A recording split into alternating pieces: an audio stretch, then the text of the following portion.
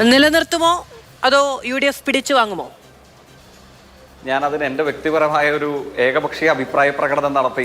ചർച്ചയുടെ തുടക്കം തന്നെ വേണമെങ്കിൽ ഒരു കക്ഷി രാഷ്ട്രീയ ബന്ധിയായിട്ടൊരു അഭിപ്രായം പറഞ്ഞു. അതിലേക്ക് ഞാൻ കിടക്കുന്നതേയില്ല. ഇന്ന് സത്യസന്ധമായി അങ്ങേക്ക് വേണമെങ്കിൽ മാതൃഭൂമിയിൽ അങ്ങയുടെ സഹപ്രവർത്തകരായി കഴിഞ്ഞ നിരവധി ദിവസക്കാലത്തോളം ഈ തെരഞ്ഞെടുപ്പ് സംബന്ധമായ വാർത്തകളെ സത്യസന്ധമായി റിപ്പോർട്ട് ചെയ്യാൻ മാധ്യമ പ്രവർത്തകരായി ഇങ്ങോട്ടേക്ക് എത്തിയ അങ്ങയുടെ സഹപ്രവർത്തകരോട് ചോദിച്ചാൽ അവർ നിഷ്പക്ഷമായ ഒരു വിലയിരുത്തൽ നടത്തുമെന്ന് തന്നെയാണ് ഞാൻ പ്രത്യാശിക്കുന്നത്.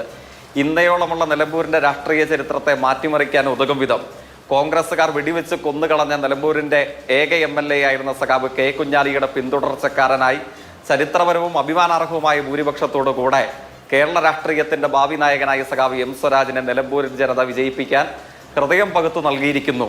അതാണ് ഇന്നത്തെ കൊട്ടിക്കലാശം നൽകിയ രാഷ്ട്രീയ കാഴ്ച എന്ന് പറയുന്നത്.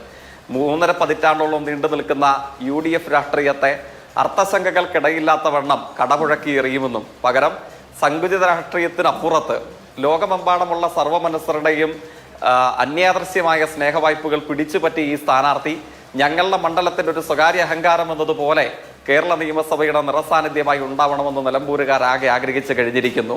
അതിൻ്റെ ഒരു നിറപ്രകാശമായിരുന്ന ചുവടുവെപ്പായിരുന്നു അർത്ഥസമ്പൂർണമായ ഇന്നത്തെ കലാശക്കൊട്ടെന്ന് പറയുന്നത്.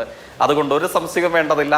4 ദിവസം 4 മണിക്കൂർ എന്നതുപോലെ ലോകമെമ്പാടുമുള്ള മലയാളികൾക്ക് മുമ്പിലൂടെ കടന്നുപോകും.